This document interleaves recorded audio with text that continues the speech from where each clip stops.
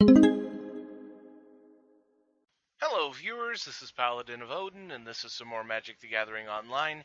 This is another episode of the Standard Commentary series. Okay, at first I thought this was going to be like Green Red Werewolves Mirror or Gruul Aggro Mirror or something like that, but they've diverged. Now it looks like Jund versus Temur. Jund currently has a Vessel of Nascency and a Crawling Sensation, which I haven't seen before. At the beginning of your upkeep, you may put the top two cards of your library into your graveyard. Whenever one or more land cards are put into your graveyard from anywhere, for the first time each turn, put a 1/1 green insect creature token onto the battlefield.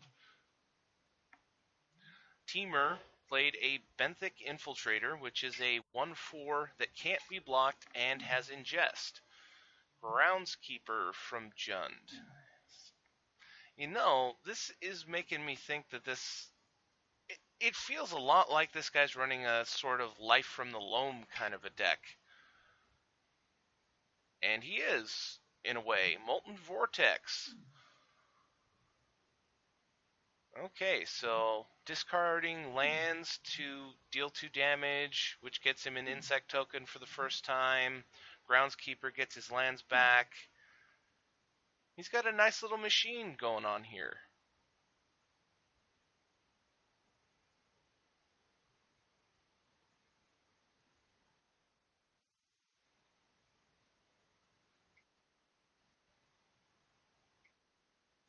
Assault Formation. Okay. Wasn't expecting to see that. I have seen this deck every now and again in, the lobby, but, it's not very popular. We'll have to see how it does against another rogue-ish deck. Okay, Evolving Wilds. That'll trigger his Crawling Sensation. And that's actually another really good thing because it says first time each turn. So if he can put a land into his graveyard on his opponent's turn, he's getting an insect token every single turn. One on his, one on theirs, and that will build up quite quickly. But thanks to Assault Formation, Benthic Infiltrator will deal 4 damage. And, another Assault Formation, excuse me. 1 green, target creature with Defender can attack as though it didn't have Defender. 1 green and 2 generic. Creatures you control get +0/+1 until the end of turn. So in goes the Benthic Infiltrator, which is unblockable, and it will deal 4 damage and ingest a card. And it got rid of a Game Trail, which is a land, and not that big of a deal.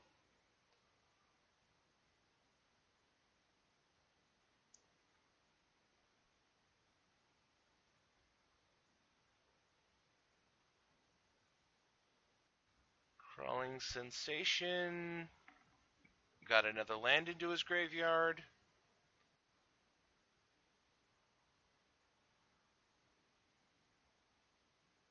I have to say, he really needs to kill off the Infiltrator since that's basically all that the Assault Formation deck has going for it right now.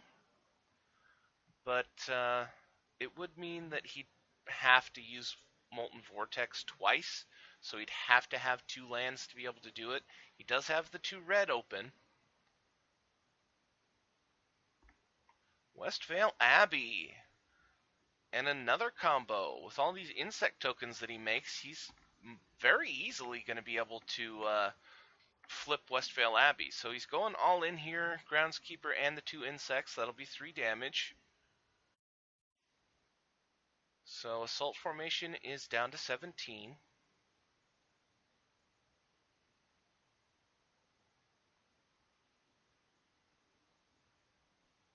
And the great thing about Molten Vortex is if he does have the 2 lands in his hand to be able to burn off the Benthic Infiltrator. Oh. Okay. Radiant Flames for 3. Well, now all he has to do is activate Molten Vortex for 1 time. And that will kill the Benthic Infiltrator and get him an insect token.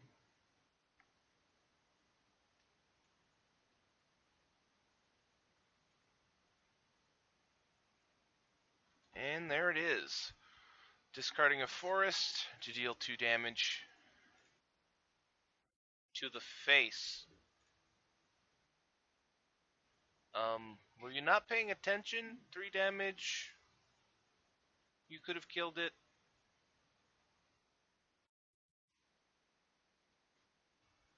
Infiltrator deals 4 more damage and exiles another Vessel of Nascency.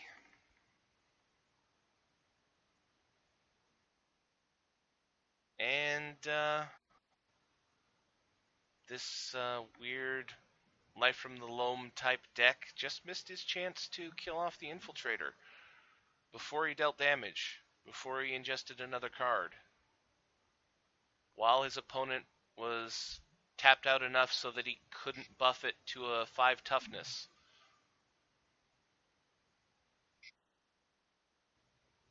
Fork in the road. Search your library for up to 2 basic land cards and reveal them. Put one of them into your hand and the other into your graveyard.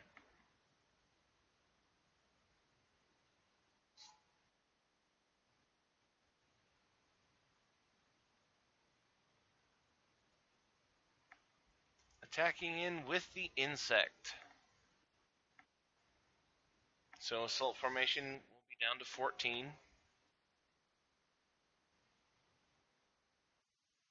Ooh, another land. I highly doubt that he needs more land. Though, with that land, he does have the amount of mana to be able to activate Assault Formation twice to basically make his Benthic Infiltrator deal 6 damage. And 2 turns of that, and he wins the game.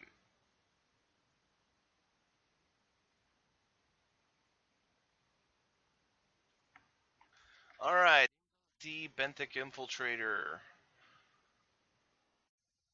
Land deck is responding with Molten Vortex to the face again. He does get another insect because it's his opponent's turn.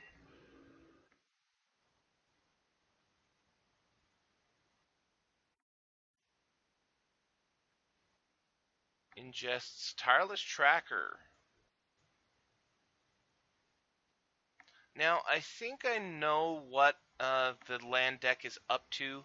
I think he's hoping that he can knock the Assault Formation deck down to 9 so that he can Alpha Strike with the Westvale Abbey flipped, since he's getting all these insect tokens. He will have him at 9 with these insect attacks, so now all he has to do is put another land into his graveyard to get him a 5th insect.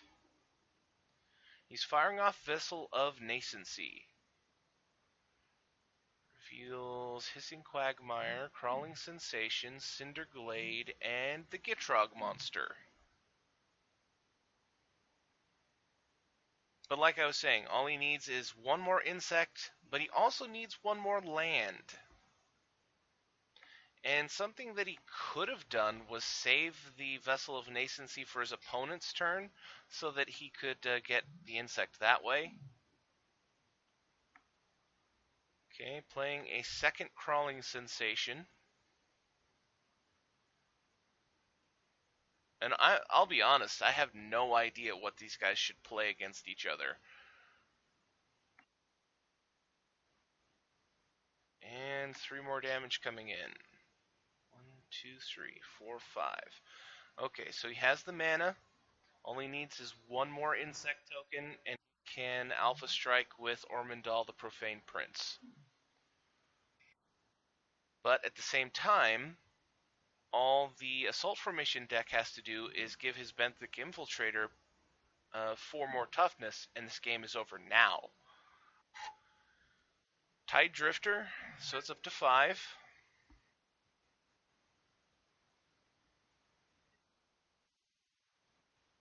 All he needs is 3 more.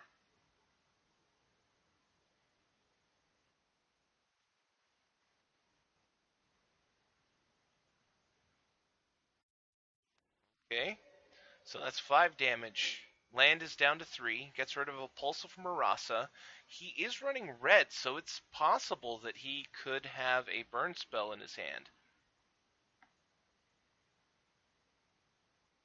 So it's really going to come down to, does he have an answer for Ormondal? Because if not, he's dead. If he does, then he pretty much wins, as far as I can tell. I don't really see a way that the land deck could live through activating Ormondal and having him taken out of the picture.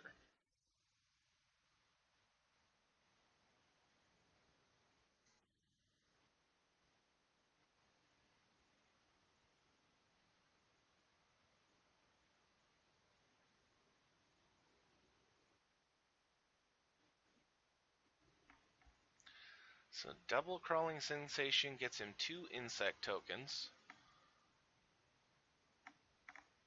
And transforming Westvale Abbey. So here comes Ormondal. Does he have a response? All he would need to do is bounce it. What is that called? Disperse? Bounding Crassus, another good answer. Tap it down before it can attack. And that was all he really needed, was that one answer to save himself from the killing blow. And now he can just attack in with his unblockable creature and win.